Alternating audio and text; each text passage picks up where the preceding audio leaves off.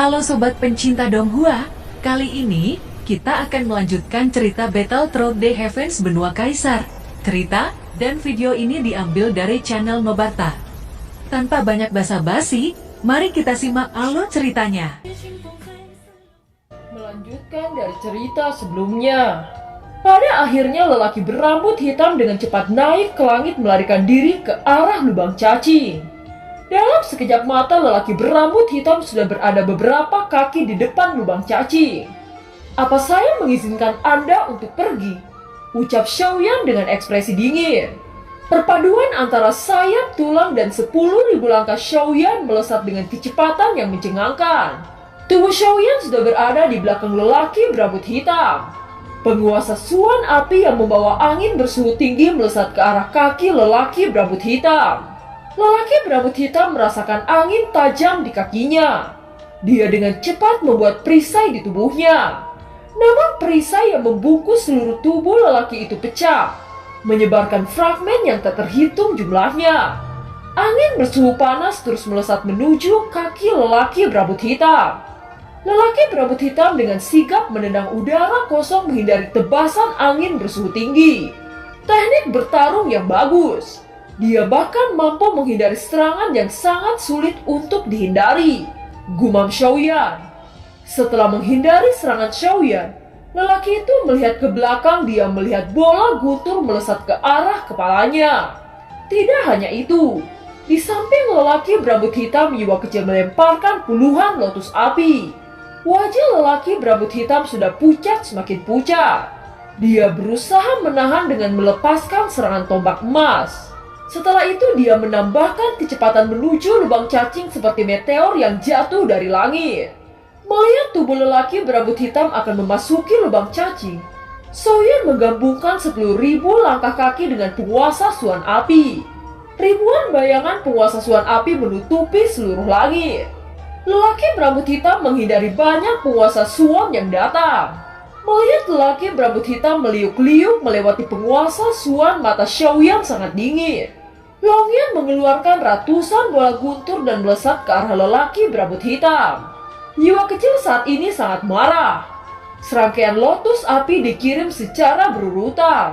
Kedua tangan kecil melemparkan lotus api terus-menerus. Gabungan kekuatan ketiganya membentuk blokade yang tidak bisa ditembus. Ketika ketiga kekuatan terjalin, itu meledak secara serentak di udara. Energi yang tumpang tindih membuat seluruh ruang terdistorsi. Setelah beberapa saat kobaran api memudar, turbulensi di dalam ruang berangsur-angsur menghilang. Setelah asap dan debu menghilang, terlihat dengan jelas sosok hitam itu memegang tombak emas. "Apakah orang itu sudah mati?" tanya Longyan. "Bahkan Dodi bintang 7 menengah akan mati terkena ledakan ini," ucap Xiaoyan. "Saya masih kesal dengan orang ini. Saya akan mencabik-cabik tubuhnya," ucap Longyan.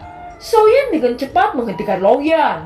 Meskipun itu adalah musuh, tetapi dia musuh yang kuat sejak saya tiba di daratan Dodi. Dia memiliki keterampilan bertarung yang langka. Saya pikir kekuatan tempurnya adalah yang terbaik di antara bintang 6 puncak. Kalau bukan karena jiwa kecil, saya khawatir kita benar-benar tidak bisa membunuhnya, ucap Xiaoyan. Bunga teratai yang mekar keluar dari tangan jiwa kecil. Kemudian sosok hitam meledak menjadi ketiadaan. "Kita harus bergegas untuk membunuh wanita rubah yang tersisa," ucap Longyan. "Saya tidak ingin membunuh wanita itu," ucap Xiaoyan. "Bukankah wanita itu berasal dari Kuildan? Mengapa ayah tidak ingin membunuhnya?" tanya Longyan dengan heran. "Kamu seharusnya sudah mendengar bahwa wanita itu berasal dari suku iblis rubah. Nasib suku itu sangat tragis. Mereka dibantai dengan kejam dan menjadi budak oleh kekuatan seperti Kuildan. Kita bisa mencoba merekrutnya untuk bergabung di pihak kita," ucap Xiaoyan. "Itu bukan ide yang buruk. Selain itu wanita rubah itu alkemis kelas 6. Jika dia bersedia bergabung dengan kita, maka kita memiliki alkemis senior," ucap Longyan. "Aku ingin dia menjadi mata-mata kita di Kuildan," ucap Xiaoyan. "Tetapi apakah dia bersedia menjadi mata-mata kita?" tanya Longyan. "Jika dia menolak, Hanya satu yang bisa saya katakan. Membunuhnya, ucap Xiaoyan. Di bawah pohon di dekat pintu masuk lubang cacing seorang wanita berdiri. Wanita itu bernama Baijin dari suku Iblis Rubah. Baijin melepaskan kekuatan jiwa mengawasi dengan cermat ke arah gerbang klan Yao.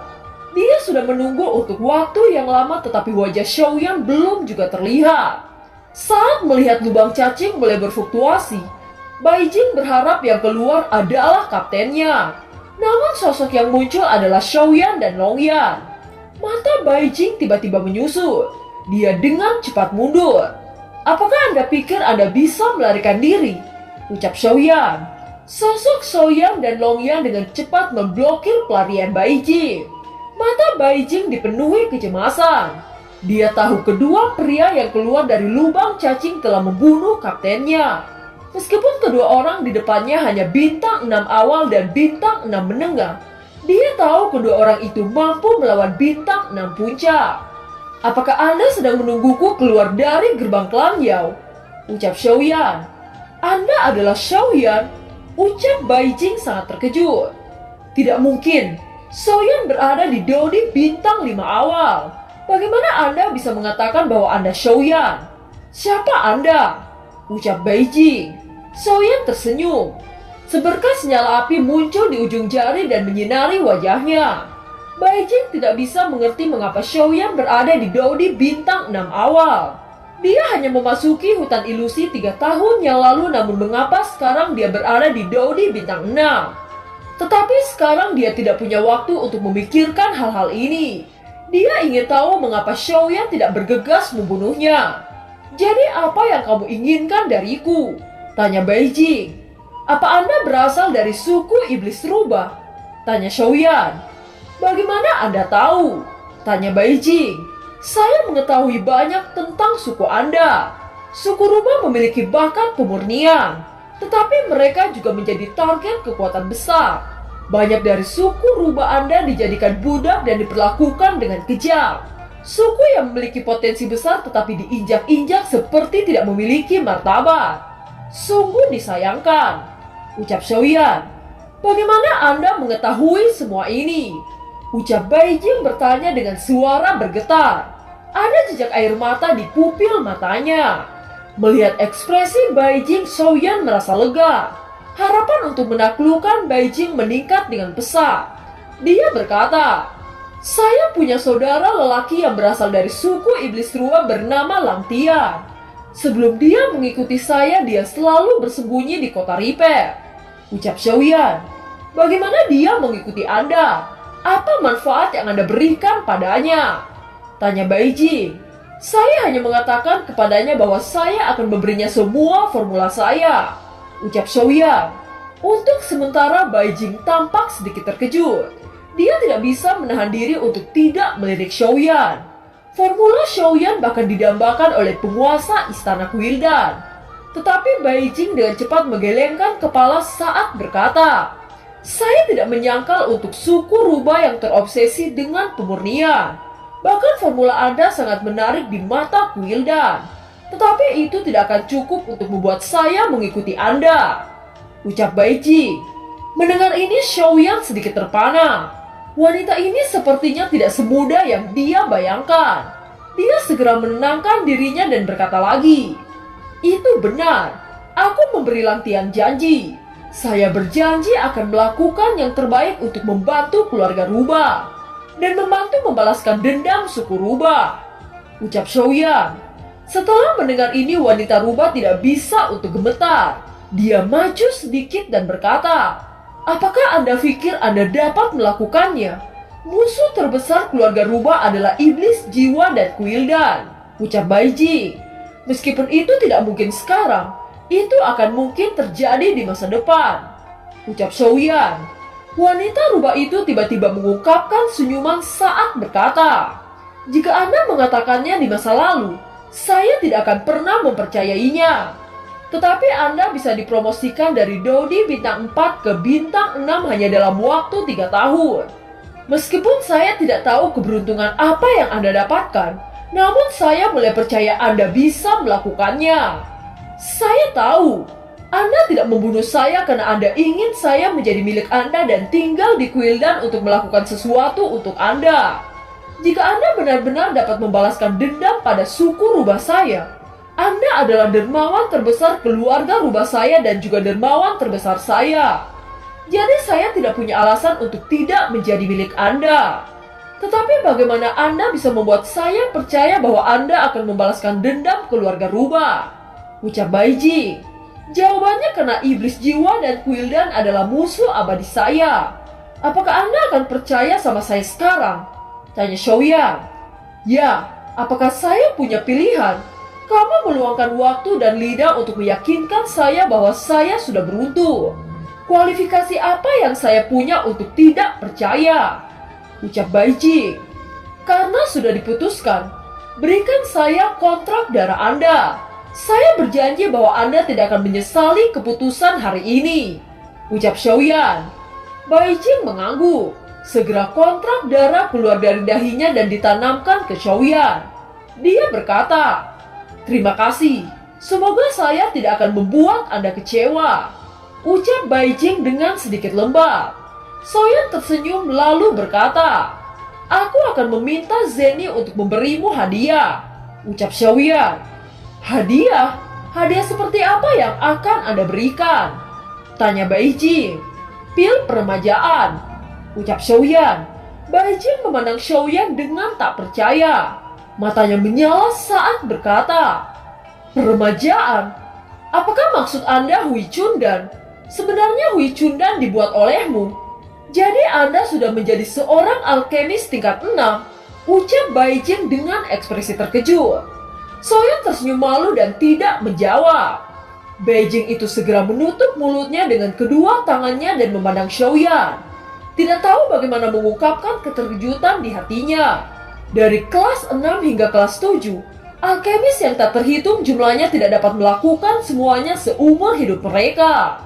Tidak hanya tidak memiliki cukup uang untuk membeli bahan obat untuk pil peramajaan, tetapi kekuatan jiwa dari keadaan Daudi tahap puncak tidak dapat ditebus sama sekali. Betapa sulitnya untuk mencapai kekuatan jiwa nirvana. Tetapi orang di depannya bisa menyempurnakan pil peremajaan yang hanya bisa dilakukan oleh kekuatan jiwa nirvana. Dia tidak bisa menahan diri untuk berkata dengan ekspresi bodoh, "Kalau bukan karena tubuh saya kotor, saya harus memohon kepada Anda untuk menjadi wanita Anda." Ucap Baijing. Sontak Xiaoyan langsung menoleh ke wajah Baijing. "Hahaha, saya hanya bercanda." Ucap Baijing. Seorang lelaki yang aneh. Bahkan dia masih tenang di bawah godaan yang begitu besar. Ucap dalam hati Baijing. Xiaoyan hanya merasa bahwa dia benar-benar telah mengambil harta. Dia berkata, "Apa yang akan kamu katakan ketika kamu kembali ke Quildan?" Tanya Xiaoyan. Setelah memikirkannya, Baijing memiliki alasan yang bagus. "Saya bertemu Anda di sini dari lubang cacing dan beruntung.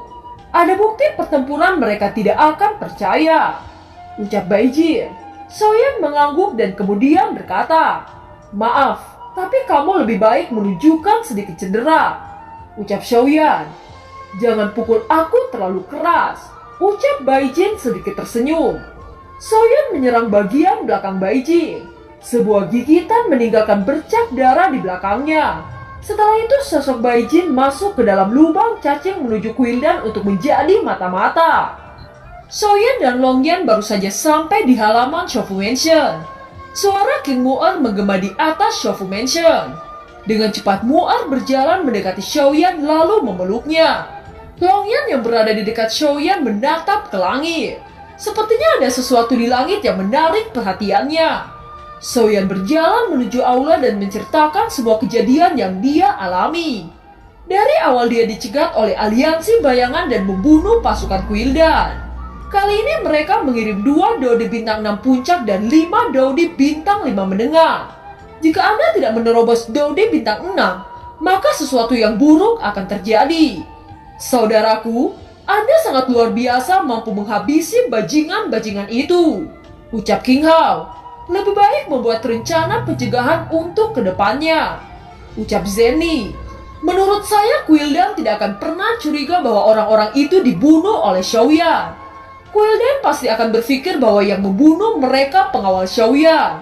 Selama mereka berpikir bahwa Xiaoyan berada di Dodi bintang 5 awal, maka mereka tidak akan mengirim Dodi bintang 7. Selain itu, kita kali ini diuntungkan dengan bergabungnya Baijin. Kita bisa mengetahui tingkat apa yang dikirim Quildan untuk membunuh Xiaoyan. Ucap King Hao. Xiaoyan, bagaimana Anda bisa memikirkan ide mata-mata seperti ini? Tanya Li Xiaolong. Bukankah saya bilang ingin mendirikan intelijen, lalu saya mencoba meyakinkan Baijin untuk menjadi mata-mata di Quildan. Dengan adanya Baijin, saya bisa mengetahui pergerakan Quildan. Ucap Xiaoyan. Li Xiaolong tertawa dan berkata, Xiaoyan, Anda sangat luar biasa. Dapat meyakinkan Baijin dengan sangat mudah. Ucap Li Xiaolong. Longyan dengan cepat menjawab, apakah Anda pikir itu mudah?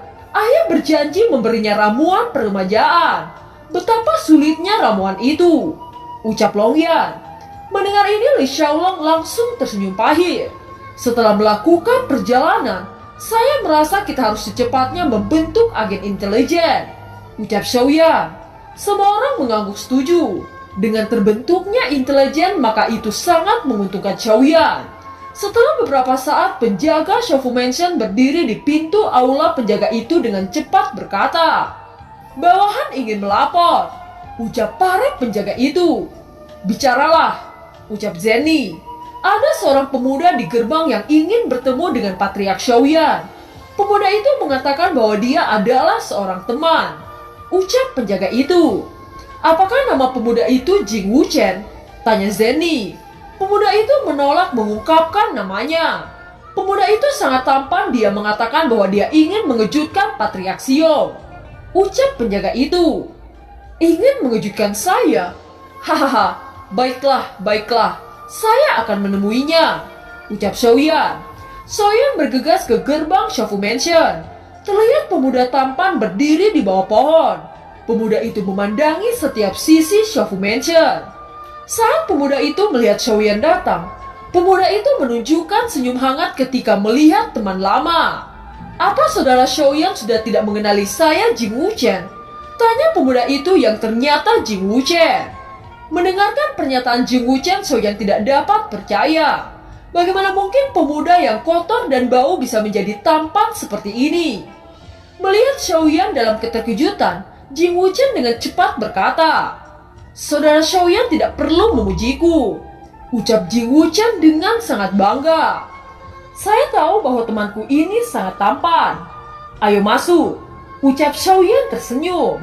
Xiaoyan, mungkinkah ini orang yang Anda ceritakan kepada kami? Tanya Zenny. Jing Wuchen buru-buru memberi hormat kepada Zenny. Jing Wuchen menyapa Nona Zenny. Ucap Jing Wuchen. Oh, Anda bahkan sudah mengenal nama saya. Ucap Zenny. Siapa yang tidak mengenal Nona Zenny di prefektur Yuanzhou? Ucap Jing Wuchen tersenyum. Setelah itu dia menoleh ke arah King Hao dan berkata, saya sangat beruntung bisa bertemu dengan Kaisar Iblis yang terkenal. Ucap Jing Wuchen. Dia menyapa mereka semua satu persatu dengan sangat sopan. Saudara Jing adalah teman Xiaoyan. Secara alami Anda juga keluarga kami. Ucap King Hao tersenyum. Apakah Anda sudah menerobos Dodi bintang 5? Tanya Xiaoyan. Setelah keluar dari hutan ilusi, sudah dipastikan saya menerobos Dodi bintang 5. Kalau tidak, bagaimana saya akan menunjukkan wajah untuk datang ke Shofu Mansion yang terhormat? Sekarang Anlong juga menembus bintang 5 dan Chaos Immortal sudah mencapai Dodi bintang 5 menengah. Mungkin di antara saudara kita Chaos Immortal yang tertinggi. Ucap Jing Wuchen. Ekspresi semua orang di ruang tampak tidak terkejut sama sekali. Itu membuat Jing Wuchen merasa ada yang aneh. Jing Wuchen dengan cepat merasakan fluktuasi semangat juang Xiaoyan. Tetapi dia tidak bisa merasakan energi Xiaoyan sama sekali. Jing Wuchen lalu berkata, saudara Xiaoyan, level apa yang Anda miliki? Bahkan saya tidak bisa merasakan energi Anda. Ucap Jing Wuchen. Ini hanya sedikit lebih tinggi dari Chaos Immortal. Ucap Xiaoyan. Level Anda lebih tinggi dari Chaos Immortal. Meskipun Jing Wuchen bisa menebaknya, tapi Jing Wuchen masih terkejut. Dia menatap tajam ke arah Xiaoyan dan bertanya, "Seberapa tinggi itu?" Tanya Jing Wuchen.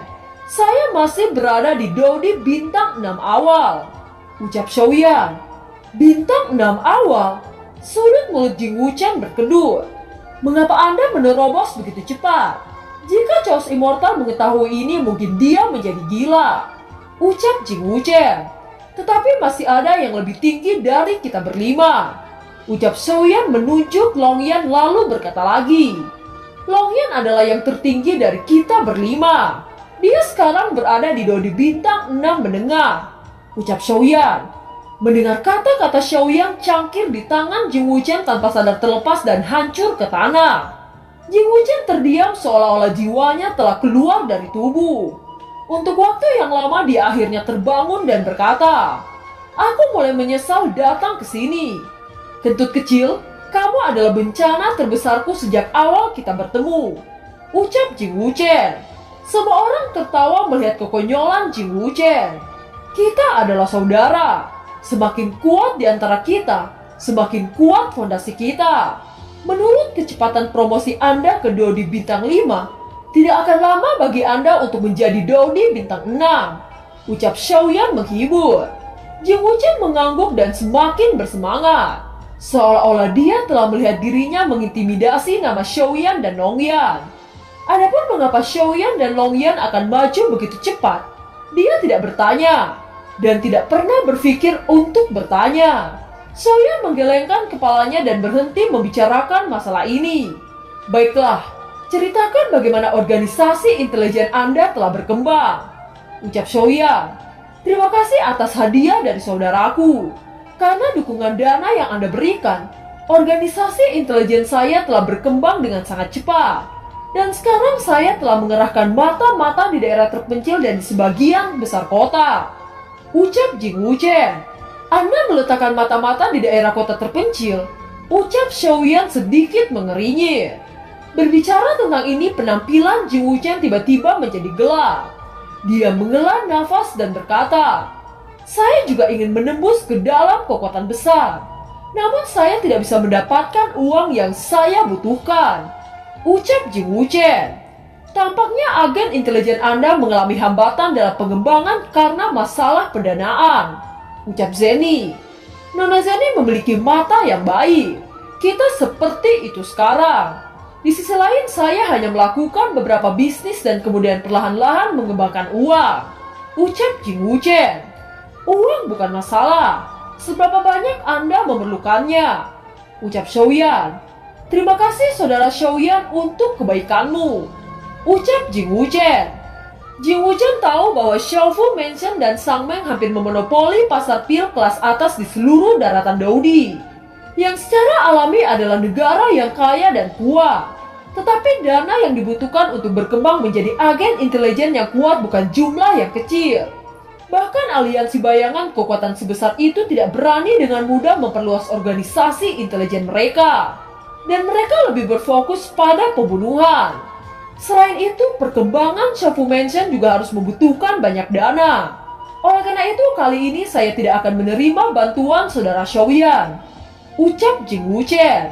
Kata-kata yang Jing Wuchen katakan segera mengangkat tinggi di hati semua orang. Jing Wuchen adalah orang yang bisa dipercaya untuk memikul tanggung jawab yang berat. Zenny, King Hao, Li Xiaolong, dan yang lainnya mengenali Jing Wuchen pada waktu yang hampir bersamaan. "Bagaimana jika kita bekerja sama?" ucap Xiaoyan. "Kerja sama?" tanya Jing Wuchen. "Ya, kerja sama. Kamu juga tahu bahwa meskipun musuhku tidak banyak, mereka semua adalah pasukan timpang yang dapat mengguncang daratan Dodi. Apakah akan berperang melawan pasukan ini atau untuk perkembangan masa depan Xiaofu? Xiaofu Mansion harus memiliki agen intelijen sendiri," ucap Xiaoyan. "Lalu mengapa kamu tidak memberitahuku sejak sebelumnya? Ayo membangun intelijen dan bekerja sama," ucap Jing Wuchen bersemangat. Xiaoyan tersenyum di hadapan kegembiraan Jing Wuchen. Dia percaya bahwa dengan cara ini itu juga bisa dikatakan membantu Jing Wuchen. Zenny menjelaskan, selama beberapa tahun terakhir, orang-orang Xio telah berkembang dengan cepat. Mulai dari pengurusan urusan internal, pasar pil obat, pengolahan seluruh negara kekaisaran, dan penanaman pasukan tempur. Dengan kemampuan intelijen Anda, saya yakin Anda sudah memiliki pemahaman tertentu tentang manajemen senior Xiaofu. Selain itu, pekerjaan intelijen Anda cukup profesional. Oleh karena itu, bekerja sama dengan Anda adalah jalan pintas bagi Xiaofu Mansion untuk memiliki agensi intelijen sendiri. Dan ini situasi yang saling menguntungkan, bukan? Ucap Zenny. Jika bukan karena saudara Xiao, aku pasti tidak akan membalas dendam Dandi. Apalagi keluar dari hutan ilusi untuk membunuh. Gen intelijen saya dapat bertahan sampai akhir ini karena bantuan banyak dari saudara Xiao. Dengan kata lain, tanpa saudara Xiao tidak akan ada namanya Jing Wuchen hingga hari ini. Demikian pula badan intelijen saya tidak akan ada hari ini. Jadi hari ini saya Jing Wuchen resmi menjadi badan intelijen dari Xiaofu Mansion. Ucap Jing Wuchen. Semua orang di aula sangat gembira dengan terbentuknya organisasi mata-mata. Dan film pun berakhir. Terima kasih telah menyimak dari awal sampai akhir ya. Sampai jumpa.